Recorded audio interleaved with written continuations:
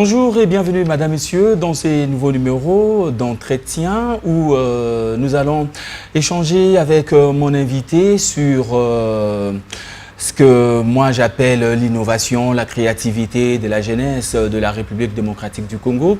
On va échanger autour de salon de café Naculture où il va nous faire la restitution de ce qu'a été la première édition et la deuxième édition. Et cette fois-ci, ça sera la troisième édition, ce qui veut dire que Café Naculture traverse donc traverse le temps, traverse les générations. C'est déjà une chose à féliciter. Avec lui, on va parler autour de cette troisième édition.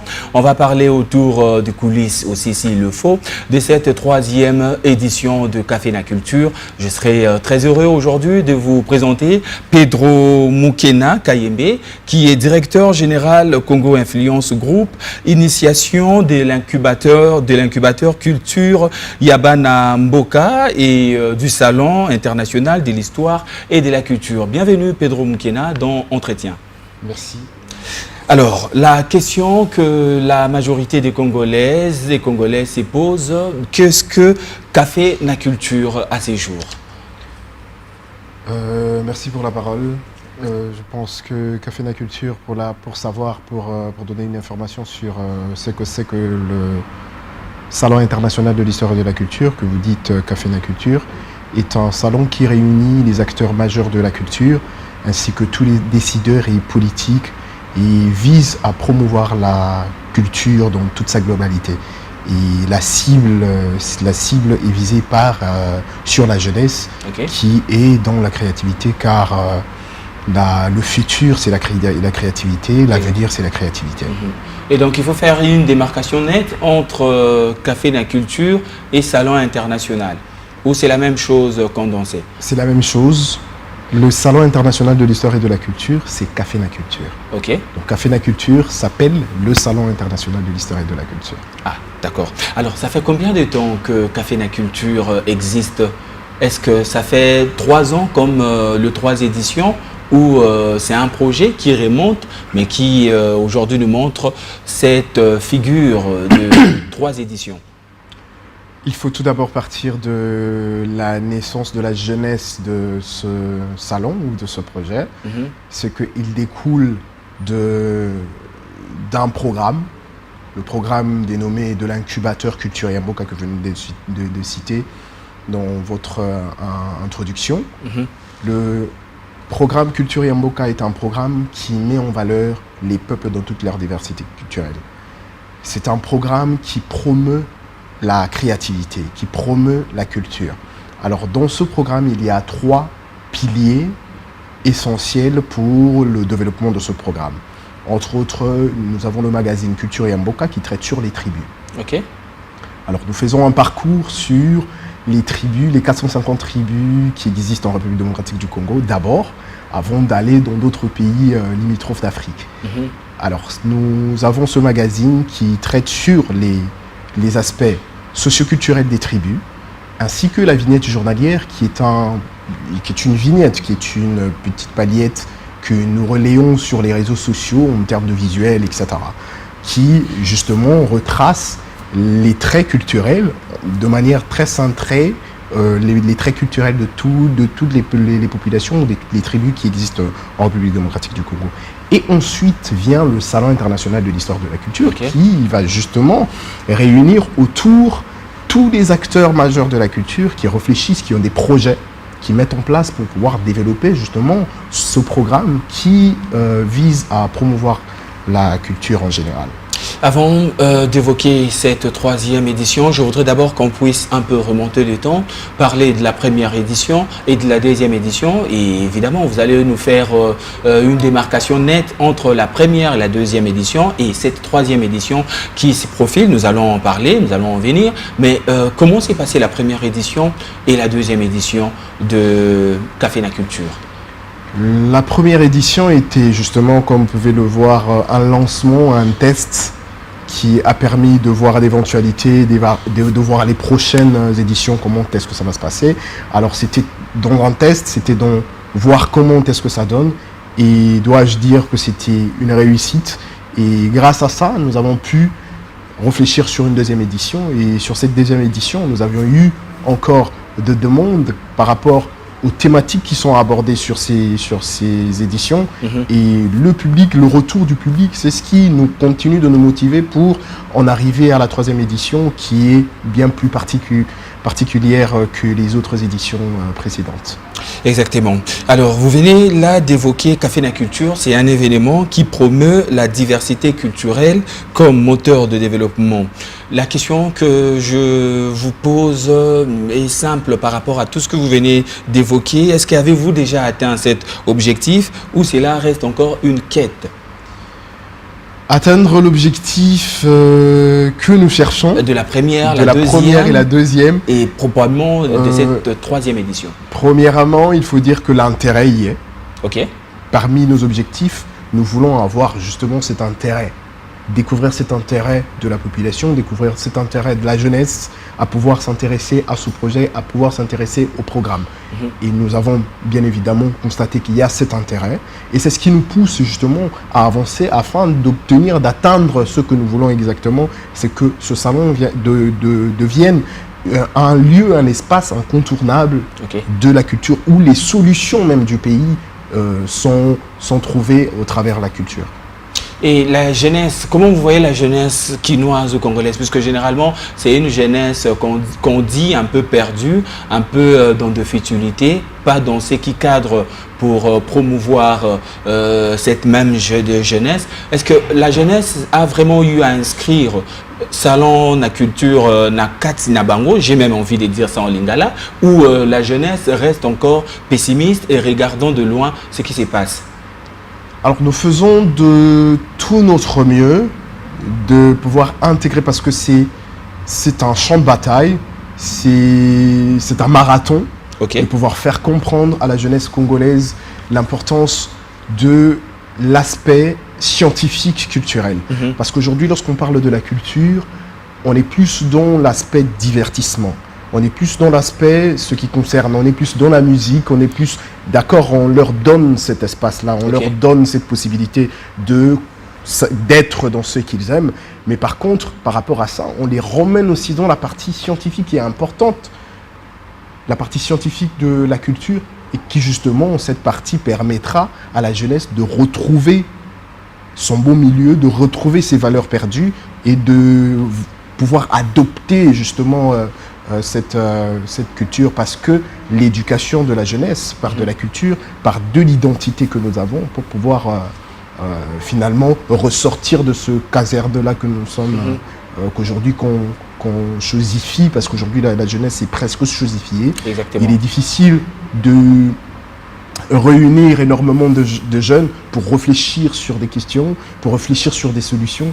On est un peu éparpillés, et c'est important de pouvoir réunir, de pouvoir faire comprendre, d'aller vers ce qu'ils aiment pour leur faire comprendre qu'il y a des éléments que nous perdons, il y a une façade importante que nous perdons et que nous devons revenir pour... Donc vous dites indirectement que c'est un processus? C'est un processus. Et vous croyez atteindre nous croyons que nous allons y arriver. Ces processus. Exactement. Mais entre-temps, il y a de cette génération actuelle ou de cette jeunesse actuelle un peu ces côtés réticents pour dire que tout ce qui est art, là je vais dans le sens de l'art, ce qui incarne la République démocratique du Congo avec les différents le royaume que nous avons eu à vivre dans l'ancien temps, tout ce qui encadre ou tout ce qui cadre avec ces royaumes, on dit plutôt c'est ancestral. Et qui dit ancestral dit fétiche, dit ce qui cadre avec le mal et non le bien. Comment arrivez-vous à intégrer ces côtés ancestrales dans l'art avec cette génération actuelle, la jeunesse congolaise actuelle? Très bonne question. Je pense que notre premier défi, notre premier combat, c'est d'arriver à désinformer cette information qui est tellement rentrée dans la jeunesse. C'est que de faire comprendre à la jeunesse que reconnaître son identité, ce n'est pas s'allier au fétichisme.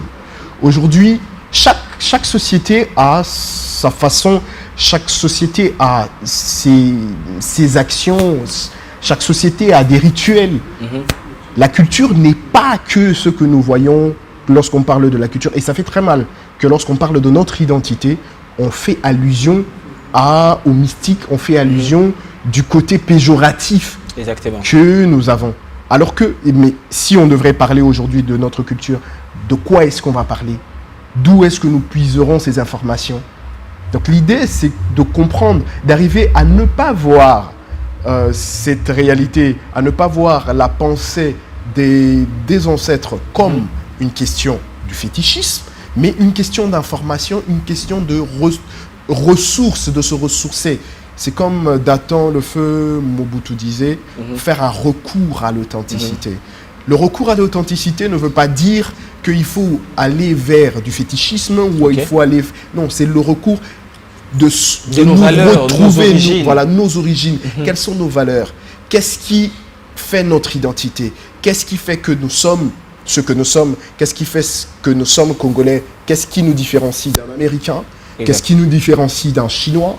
Qu'est-ce qui nous différencie, par exemple, d'un Rwandais ou d'une Rwandaise? Qu'est-ce qui nous différencie d'un Angolais ou d'une Angolaise? Donc, ce parallélisme-là, cette différence-là, c'est lorsqu'on parle de le recours à l'authenticité. Qu'est-ce que nous sommes? Qu'est-ce que nous avons à donner aux autres? Qu'est-ce que nous avons à partager aux autres? Ça n'a rien à voir avec le fétichisme. Donc la recherche dans ces explications, dans cette historique, c'est de redécouvrir, parce que celui qui se connaît soi-même sait se développer, c'est s'épanouir. Et si nous ne nous connaissons pas, nous ne saurons pas nous épanouir. Alors il faudrait vraiment que ce concept de péjoratif qui existe, que lorsqu'on parle de la culture, qu'on pense du fétichisme, il faudrait vraiment que ça sorte de la tête de la... Vous prêchez cela aussi dans vos différentes interventions pour Salon de la Culture? Bien sûr, c'est ça notre... Café de la Culture. Et aussi, il faut dire, est-ce que vous avez eu à intérioriser ça auprès de la jeunesse pour éradiquer cette pensée, comme vous venez de le dire? C'est la raison pour laquelle nous avons... C'est l'une de vos missions. Voilà, c'est l'une de nos missions. Ok. Nous avons fait exister un magazine qui n'existe pas, un magazine Culture Yamboka, qui est un magazine qui traite justement sur les tribus. Parce que l'idée, c'est de ressortir quelles sont les valeurs que chaque tribu a. Parce que les valeurs que chaque tribu a permettra de pouvoir développer la société. Aujourd'hui, si on quittait, parce que l'idée, c'est de sortir un peu de ce carcan, sortir un peu de cette chanson du tribalisme. On en a tellement chanté. Pourquoi ça existe? Parce que on ne sait pas s'accepter mutuellement. On ne sait pas s'accepter selon le respect des valeurs que nous avons. Nous avons une multitude de cultures. Nous avons une diversité culturelle. Et ça, c'est une richesse énorme. Parce qu'aujourd'hui, si vous allez chez les Ngala, on va vous dire que les Ngala sont des battants, sont des personnes...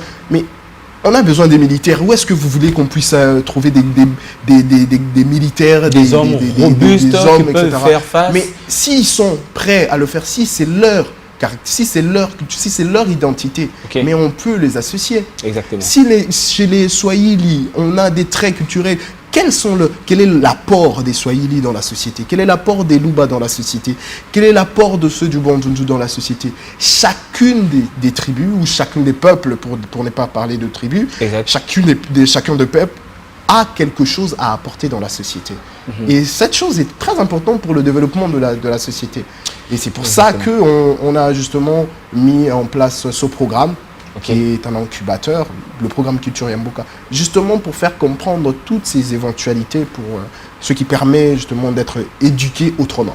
D'accord, c'est vraiment à féliciter et encourageant, j'ai envie de dire. Mais de l'autre côté, nous allons maintenant parler de cette 3e édition qui commence du 11 au 12 juillet. Ça sera donc la 3e édition du Café de la Culture, Salon international de l'histoire et de la culture. Et ça sera tenu avec comme thème la RDC, héritage et renaissance. Pourquoi ces thèmes? Très bien. La RDC actuellement, ou la RDC aujourd'hui, est un processus de transformation, de changement. Alors, le processus de changement a une stratégie ou une façon de le traverser. Alors, quand on parle de transformation, il faut penser à ce que nous avons entre nos mains. Ok. Ce que nous avons entre nos mains, c'est l'héritage, que ce soit post-colonial ou après la colonie. Ok. Tous ces héritages que nous avons, tous les héritages que nous avons, nous permet justement, puisque je le dis souvent, l'héritage ne se conserve pas, l'héritage se cultive. Ok. Alors c'est la raison pour laquelle tout ce que nous avons comme héritage, que ce soit sur le plan politique, culturel, économique, tout ce que nous avons comme héritage, sur le plan architectural, tout ce que nous avons comme héritage, nous devons le cultiver. Et pour le cultiver, il faut renaître. Alors, la raison pour laquelle la RDC, héritage et renaissance, est une thématique très importante. Vous voyez même tous les retombées que nous avons aujourd'hui, tous les retombées, que ce soit diplomatiques, que ce soit politiques, tout ce que nous avons aujourd'hui, c'est un processus, c'est le résultat de la transformation que nous sommes en train d'envisager. Toutes ces démarches de la sécession des guerres entre le Congo et le Rwanda, tout ça, c'est un processus pour développer, pour changer, pour arriver à obtenir une autre étape. Plusieurs États, dans voilà, ce sens. Plusieurs États, plusieurs grandes nations, pour se développer, ils ont pensé à une renaissance. Alors une renaissance, c'est de faire un recours à l'authenticité pour pouvoir renaître. C'est la raison pour laquelle nous parlons aujourd'hui de héritage et renaissance. Cela va de ce que nous avons, parce que nous nous retrouvons entre trois générations. Exactement. Une génération qui détient cet héritage entre ses mains, une génération qui doit léguer cet héritage, qui doit travailler sur cet héritage, et une génération qui doit transformer cet héritage, qui doit faire renaître cet héritage. Exactement. Et du coup, c'est important pour le développement de la société de travailler sur ces aspects et de travailler sur cette réflexion. C'est la raison pour laquelle nous avons mis en place cette thématique. Et d'ailleurs, cette thématique, puisqu'elle est importante pour la RDC, nous n'avons pas voulu le garder pour une seule, soit pour un seul événement. C'est pour ça que nous organisons l'événement en série, donc de 2025 en 2026, tout en se focalisant sur la thématique générale qui est la RDC, héritage et renaissance. Alors ces activités seront départagées en série, la raison pour laquelle pour la première série qui est dénommée Labo de Renaissance, c'est la série 0 qui va commencer du 11 au 12 nous allons en parler. Juillet. Très bien. Nous allons en parler. Et donc, en gros, c'est cette lecture-là que je vous fais, pourquoi nous avons mis en place. Vous venez de dire quelque chose qui m'a tiqué. Il y a cette génération qui détient l'héritage et qui doit un peu comme passer le flambeau. Mais est-ce que, pensez-vous à ces jours que cette génération qui détient l'héritage et qui doit passer cet héritage à l'autre génération, pensez-vous que cette génération aura cette facilité de le faire? Je voudrais vous faire comprendre par illustrer le politicien. Oui. Nous avons des politiciens âgés de 70 ans, 60 ans, voire un peu plus. Nous voyons comment c'est un combat entre ces politiques de troisième âge et la jeunesse, où nous avons même vu un politique pour taire son nom dire que la jeunesse est pressée. La jeunesse doit aller pas après pas. Pensez-vous que ça sera facile, cette transmission? Vous savez, le plus important, c'est d'être prêt à pouvoir léguer cet héritage. Parce que partout où on parle de l'héritage, c'est-à-dire que l'héritage, c'est quelque chose qui n'est pas statique. Pour que ça se développe, pour que ça avance, il ne faudrait pas que ça soit statique. Il faut que ça soit en mouvement. C'est pour ça que ça s'appelle héritage. Parce que celui qui a l'héritage, cet héritage-là, au moment où ça s'appelle héritage, ça veut dire que ça doit être légué. Exact. Pour que celui qui le détient soit justement conscient ou soit justement prêt à dire que j'ai l'héritage entre mes mains et je me prépare à pouvoir le léguer. Et comment je le lègue? C'est pour ça que c'est important qu'on a, c'est pour ça que c'est important qu'on a pu mettre en place cette thématique héritage et renaissance.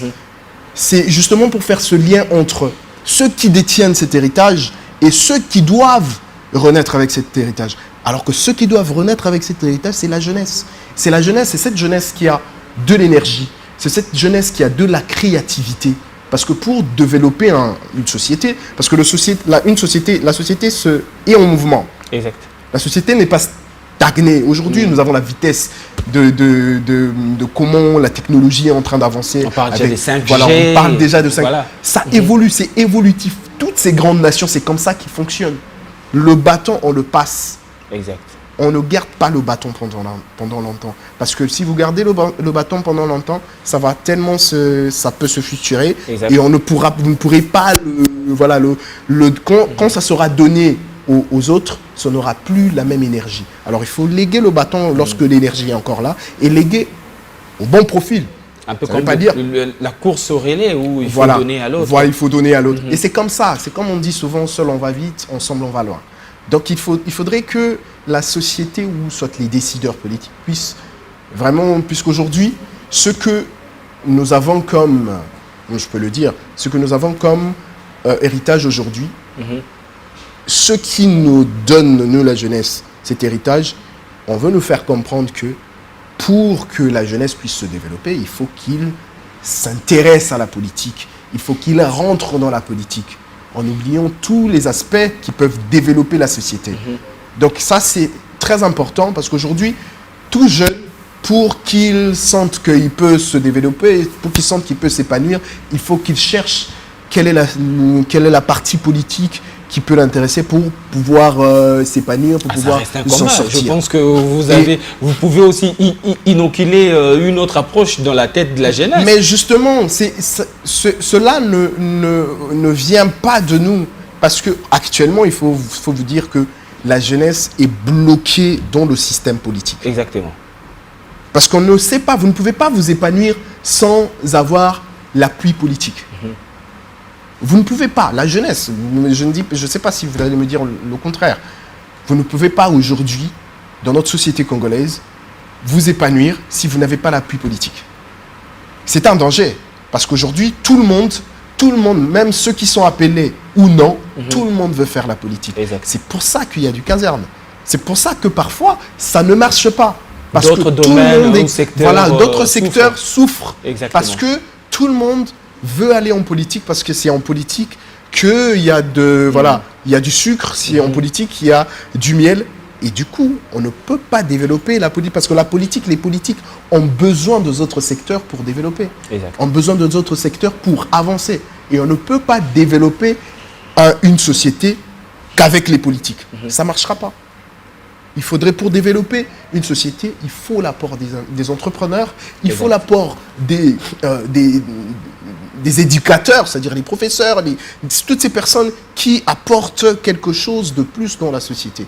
Mais si tout le temps on se concentre sur la politique, sur ce qu'on peut faire sur la politique, rien ne marchera. Exactement.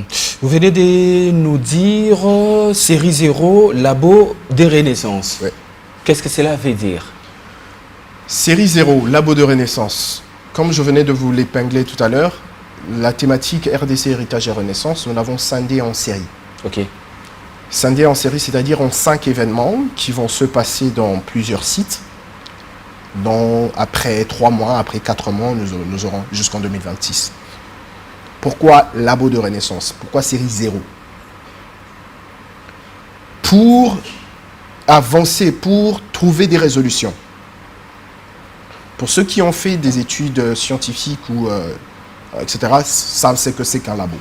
Okay. Lorsqu'on nous sommes dans un labo, c'est pour trouver une solution à des problèmes. C'est pour ressortir quelque chose. C'est pour réfléchir sur quelle est la chose qu'on peut mettre en place pour résoudre tel problème. Alors pour commencer, le chiffre 0, excusez-moi, le chiffre 0 est toujours, c'est le premier chiffre. Parce que vous ne pouvez pas commencer par 1, il y a toujours un 0 compte, vous commencez par 0, 0, c'est-à-dire c'est le début. Le début, c'est pas 1. La jeunesse et tout. Le début, c'est pas 1. On commence toujours par un rien. Rien, ça veut dire qu'on se met sur une discussion, on se met sur un laboratoire. Ok, qu'est-ce qu'il faut? Quel est l'ingrédient qu'il faut pour ressortir telle chose? Quel est l'ingrédient qu'il faut? Ok, on commence par quoi? Et c'est la raison pour laquelle nous avons commencé par la série 0, qu'on appelle labo de renaissance. Ok. Pour renaître, il faut réfléchir sur tous les problèmes qu'il y a, il faut réfléchir sur tout et trouver des solutions. Et c'est dans ce laboratoire-là, qui est la première série, la première édition de la thématique, la RDC, héritage et renaissance, que nous allons lancer l'activité. C'est justement pour préparer à d'autres hostilités pour voir dans les prochaines séries quels sont les éléments que nous allons ajouter pour pouvoir avancer. Dans ces labos, vous ne traiterez que sur ce qui concerne la jeunesse congolaise, ou vous allez traiter sur toutes les problématiques gangrénant la République démocratique du Congo? Alors, vous allez remarquer que nous avons commencé, ce sera au Centre Wallonie-Bruxelles. Ok. Nous ne pouvons pas parler aujourd'hui de l'héritage sans allier, sans faire allusion à la Belgique. Exactement. Parce que s'il faut dire que ce sont nos pères, nos Kouloutou, comme voilà, on nos le dit souvent. Kouloutou, la relation que nous avons avec la Belgique est très importante. Exact. Historiquement, c'est une relation très importante. Alors, beaucoup de choses, que ce soit même l'indépendance que nous décrions aujourd'hui, beaucoup de choses ont été léguées par la Belgique. Aujourd'hui, nous sommes indépendants, c'est parce que la Belgique avait accepté de nous laisser être indépendants. Et donc, il est important pour nous de commencer là-bas, puisque nous voulons un changement, puisque nous voulons renaître, Okay. et partir de là pour réfléchir sur des questions importantes pour que nous puissions voir comment on avance. Donc, alors, le lieu est choisi à dessein. C'est choisi à dessein. Okay. Alors, les thématiques qui seront abordées lors de ces panels, il y aura quatre panels. Nous avons l'architecture et l'urbanisme. Si vous remarquez, nous avons un très sérieux problème sur l'architecture. Quand on parle d'identité, aujourd'hui, nous parlons d'identité, mais qu'est-ce qui en dehors, si on te dit ne regarde pas, on fait disparaître tout le monde. C'est le vide, d'accord? Et tu es face au bâtiment, tu es en RDC. Qu'est-ce qui te prouve que tu es en République démocratique du Congo? Une identité architecturale. Une identité, nous n'en avons pas. Il n'y en a pas. Aujourd'hui, les bâtisses sont... L'architecture, aujourd'hui, quand on regarde comment les bâtiments sont bâtis, ça n'a rien à voir avec l'architecture congolaise, ça n'a rien à voir aujourd'hui. Nous devrions avoir une identité. Il faudrait que nous ayons une identité. Et cela doit partir de tout. C'est pour ça que nous parlons de l'architecture et de l'urbanisme. Donc, comment nous allons réfléchir sur des questions d'architecture? Les projets que nous remenons, les projets qui reviennent, les projets de construction. Aujourd'hui, nous parlons de 450 territoires. Alors, qu'est-ce qui est prévu en termes d'identité culturelle? Comment réfléchir sur ces questions-là? Comment trouver des réponses sur ces questions-là? Comment faire venir, comment intéresser lorsqu'il y a des projets, des constructions? Comment faire venir toutes ces personnes, que ce soit les culturels, que ce soit les architectes, que ce soit toutes ces personnes, ceux qui sont dans l'urbanisme, comment les intéresser, comment les mettre dans les projets pour qu'ils puissent réfléchir de comment on donne l'image de notre société. Exactement. Ça, c'est le premier panel qui sera abordé, le panel sur l'architecture et l'urbanisme. Le deuxième panel se axera sur la politique, la renaissance politique. Ok. Aujourd'hui, nous jeunes, nous avons besoin de renaître. Ça se voit comment il y a comme des efforts qui sont en train d'être fournis, il y a quand même des efforts qui sont en train d'être mis en place, mais il faudrait que ce soit des efforts réels. Il faudrait que ce soit vraiment des efforts réels, que voilà, on en a marre de rester dans une administration qui est post-coloniale, une administration qui nous freine, parce que le grand problème de ce pays, on peut beau changer des présidents, on peut beau changer des gouvernements, mais tant qu'on ne changera pas le système qui existe dans le pays, ça sera pas. On va continuer comme ça. Ça sera autant de présidents, voilà, mais le système reste le même. Autant de présidents, mais si le système n'est pas changé, si le système administratif n'est pas changé, on va continuer à vivre le même scénario. Et ça va continuer comme ça, de génération en génération. Et c'est ça, cette question de renaissance, c'est ça, cette question de héritage. Quel est l'héritage que nous allons léguer aux générations futures? Donc, de ce deuxième point, vous aurez vraiment à exhorter sur le système politique et voilà, sur même comment apporter des solutions idoines pour le changement de ces systèmes. Voilà, exactement. Et ensuite, nous avons cette partie, ce panel dédié à la gastronomie, parce qu'aujourd'hui, on ne peut pas, parce que je dois vous dire qu'aujourd'hui, nous avons besoin de veiller sur notre santé. Exact. Veiller sur ce que nous mangeons. Aujourd'hui, si vous regardez le taux des maladies comme le cancer, comme toutes les maladies qui existent. Dans les temps passés, on ne connaissait pas cela. On ne connaissait ici, pas hein? Ça. En Afrique, tout comme en ici Afrique, au Congo. Non, on ne connaissait pas ça. Qu'est-ce que nous mangeons? Les AVC, le cancer, toutes ces maladies. Il faudrait que nous puissions nous remettre en question. Savoir repartir sur les bases, sur les bonnes bases. Qu'est-ce que nous mangeons? Est-ce que nous mangeons pour faire plaisir ou nous mangeons justement pour que notre santé soit de bonne qualité et que nous puissions justement travailler pour notre société? Parce que si le problème de santé n'est pas résolu, ça va être compliqué. Et tout part de ce que nous mettons, nous rentrons dans notre corps, ce que nous rentrons dans nos estomacs.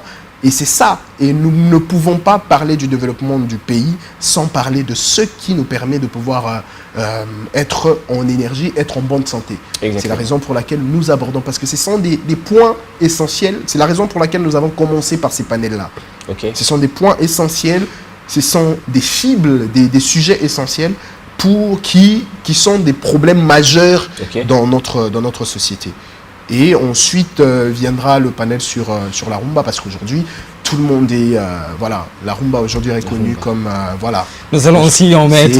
Nous allons mettre un point particulier sur ces points-là. Mais comment comptez-vous vous prendre dans la configuration? Ça sera des panels ouverts à tout le monde, ou ça ne sera que de conférenciers face à la presse, où il y aura du monde autour de ces panels? Il y aura du monde parce que la conférence de presse avait déjà eu lieu. Il y avait les panels, nous qui avons donné l'image de ce que nous pensions de l'activité. Mais maintenant, c'est une conférence et comme on parle de laboratoire, le laboratoire, lorsqu'on vient dans le laboratoire, on ne vient pas en tant que spectateur, on vient en tant que contributeur. Donc, c'est-à-dire, et le public qui sera là, ils sont ouverts à pouvoir contribuer. Les idées du public sont importantes pour les panélistes qui seront là, qui vont partager la matière, parce que ce sont quand même des panélistes de renom qui connaissent la matière. Et devant eux, il y aura un public qui va pouvoir participer et donner des idées, parce que nous avons besoin des idées même de très loin, qui est même le fin fond. Nous avons besoin de leur rapport. Alors, ce sera une discussion ouverte. Conférence débat. Voilà, une conférence débat, de partage d'idées. Voilà. D'accord. Vous venez d'épingler sur la rumba. Ça sera le 12 juillet où la rumba congolaise sera à l'honneur avec un concert rumba que vous dites Cœur Banafrica, de la mémoire à la création. La rumba danse l'avenir. Qu'est-ce que cela veut dire? Alors, nous partons de ce qui aujourd'hui culturellement marque culturellement en termes de musique. Pour ne pas dire culturellement, pour généraliser, pour dire que la musique, c'est ça là, non. Je vais parler. Parce que pour plusieurs, c'est la musique qui incarne la RDC. Ils oublient que nous sommes un pays diversifié en termes de culture. Puisque c'est un élément majeur, dénominateur commun, puisque quand vous voyez la rumba c'est le dénominateur commun. C'est ce qui référencie un peu la musique de toutes les sociétés ou ethnies qui existent en République démocratique du Congo. On se réfère à la rumba. La rumba, c'est la résolution, comme on peut dire, la résolution ou le final de toutes les musiques qui existent. Et la rumba a pris... dans chaque ethnie ou dans chaque musique qui existe dans les tribus de la République démocratique du Congo ou chez les peuples de la République démocratique du Congo, la rumba a pu prendre, piocher pour faire aujourd'hui, si on veut être référencié, c'est le pays de la rumba. Exact.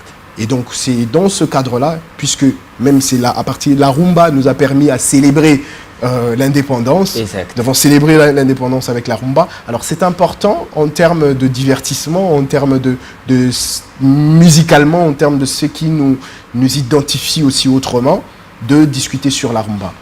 Et c'est pour ça qu'on veut partir de sa création. Et ce concert sera justement ça l'idée, de partir de la création, et ce qui sera exhibé le jour du concert partira de la création voilà, à la réalisation. Donc nous allons chanter l'avenir avec la rumba, nous allons chanter la renaissance avec la rumba. Avez-vous des musiciens cibles, puisque ça sera un concert, et donc on imagine qu'il y aura des musiciens?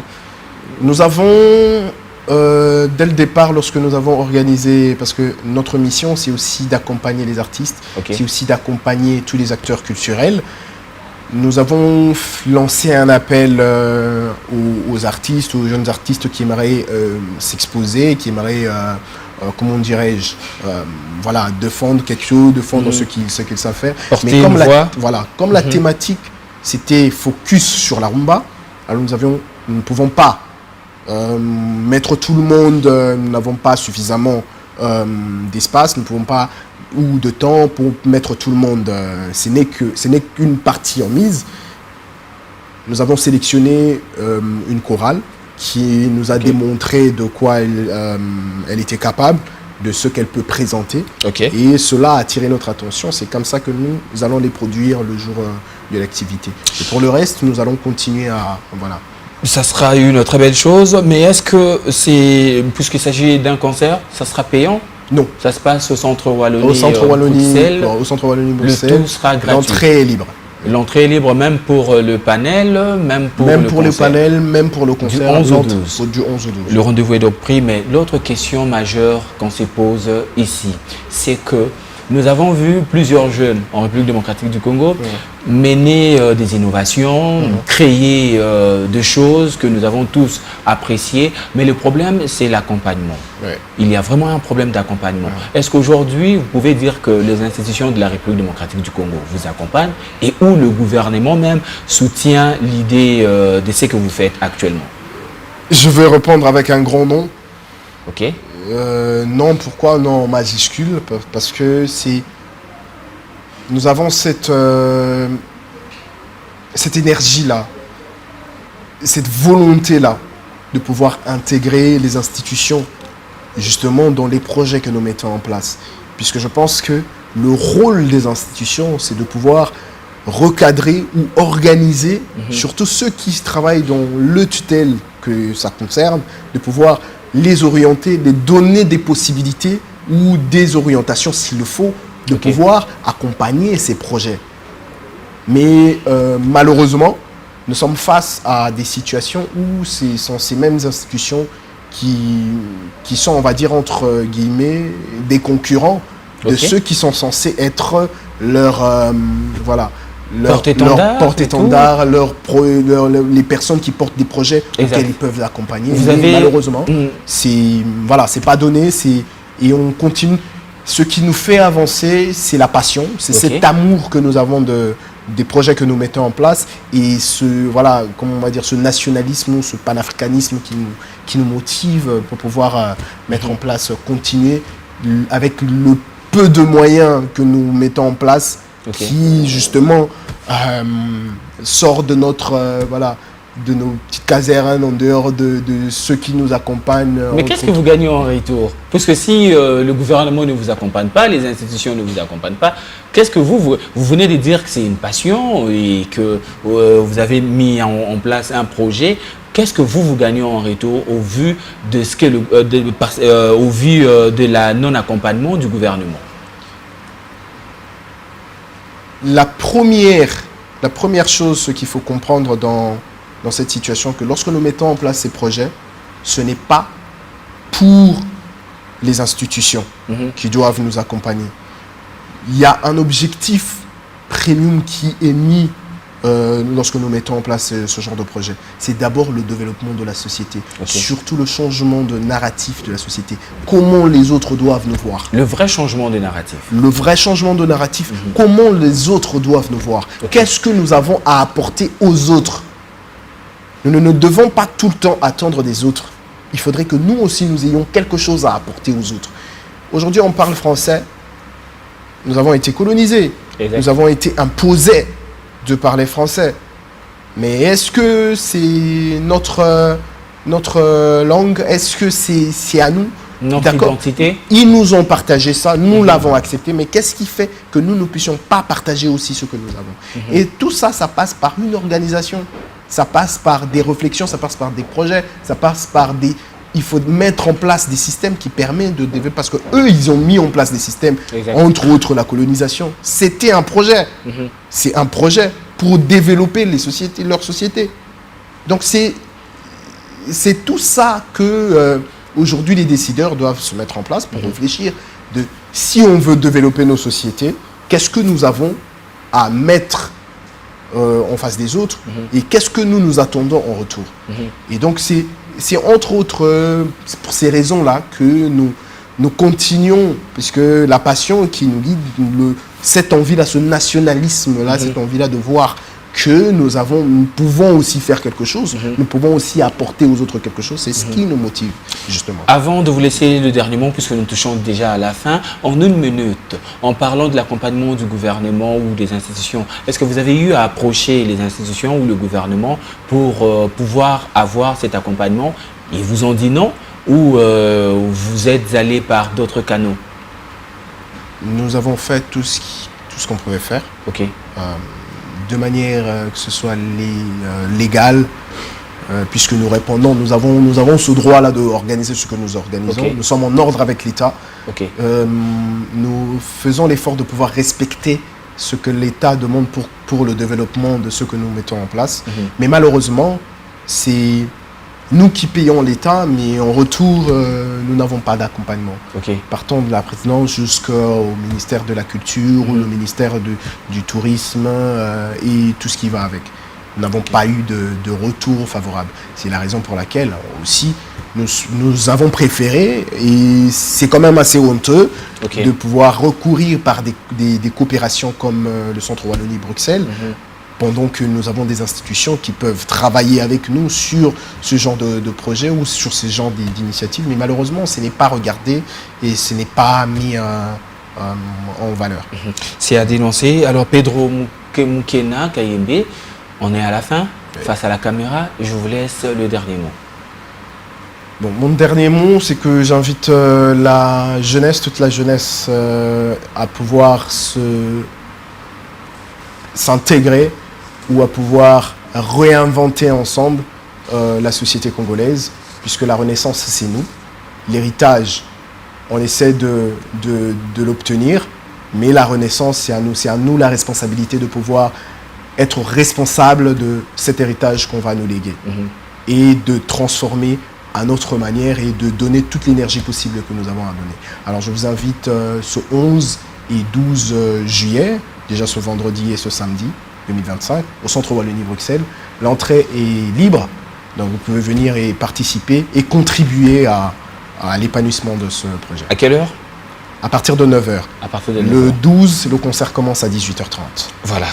Vous avez donc été informé sur ce qui sera du 11 au 12 juillet, la 3e édition du Café La Culture, Salon international de l'histoire et de la culture, qui sera tenu avec comme thème la RDC, héritage et renaissance, du 11 au 12, le 11 ça sera à 9h et puis les 12 ça sera à 18h. Soyez au rendez-vous pour honorer donc cette innovation culturelle de la part d'un Congolais qui est comme vous, qui est comme moi. Merci de nous avoir suivis. J'ai eu l'honneur de recevoir aujourd'hui Pedro Mukena Kayembe, qui est directeur général Congo Influence Group, initiation de l'incubateur culturel Yamboka et du Salon international de l'histoire et de la culture.